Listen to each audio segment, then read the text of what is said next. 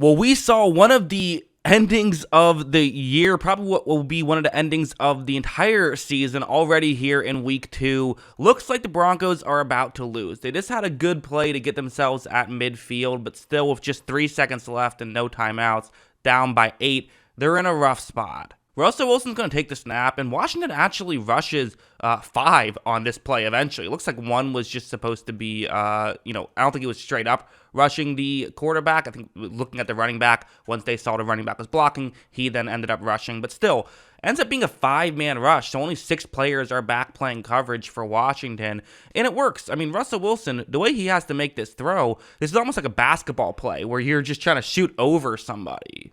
And because of that, when Wilson's throw goes up, he doesn't get it far enough. This is going to be at about the 3 or 4 yard line right here for Denver. So a tough situation, as even if you make the catch, unlikely to be able to get the ball into the end zone. However, it looks like it actually, I think it might have hit off someone's helmet. There's a sea of hands that went up there. It bounced off of somebody. It is at this situation where I'm circled one Washington player, as it does appear to be getting ready to be caught by a Denver player. So I understand the impulse to try and knock the ball away. However, a Denver player standing at the 2.5 yard line, you have a teammate, a defensive player, who is basically wrapped up with him. He's not going to get the touchdown. And again, this is all instincts. I can't criticize anyone for any decision they make in this situation.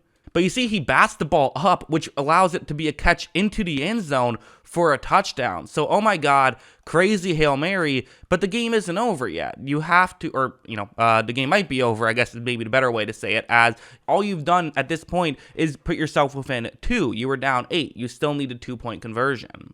Wilson on this play, he is going to look for Cameron Sutton. Cameron Sutton has a one-on-one matchup right here, and Sutton's going to be running a route that's going to go towards the middle of the field. As you see, Wilson half-heartedly runs a play action, eventually throws over there, and this is a different Washington player. Sutton was winning his matchup pretty quickly. They ended up going with a switch right here just to allow for this to work, and, the switch makes sense, as it would have been an easy touchdown without that switch. And as you see, it's incomplete, but man, that appears to be a penalty, right? I mean, that looks pretty bad. But sometimes you watch these and it looks like a penalty in real time on the first angle, but then you see another angle and say, oh no, that was actually good defense.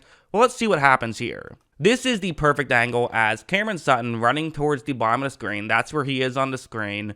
You're going to see St. Juice just grab onto his arm and pull him away from that football. The way that pass interference is defined is significant contact that prevents a receiver from making a catch. If that's not what that is, I don't know what that is. This is clear pass interference. This should have been called. The Broncos should have gotten another chance to go for it at the 1 yard line. It almost even felt like one of those intentional pass interference penalties, like the Nickel Roby Coleman play in this, the Saints Rams conference championship, where Roby Coleman said, yeah, I was just trying to make sure that I did something. I wouldn't be shocked if St. Juice has a similar had a similar mindset of just trying to make sure that he can break it up. And okay, not the worst case scenario if you get called, just 1 more yard and to have to do it again. You get another chance to stop them, and somehow they didn't call it and you won the football game. So good job for Washington. So, you put yourself in good positions, good things happen. If you're Denver, don't put yourself in this position to begin with, and you can't get screwed by the refs. But yeah, they got screwed here, no doubt about it. It was the bad call.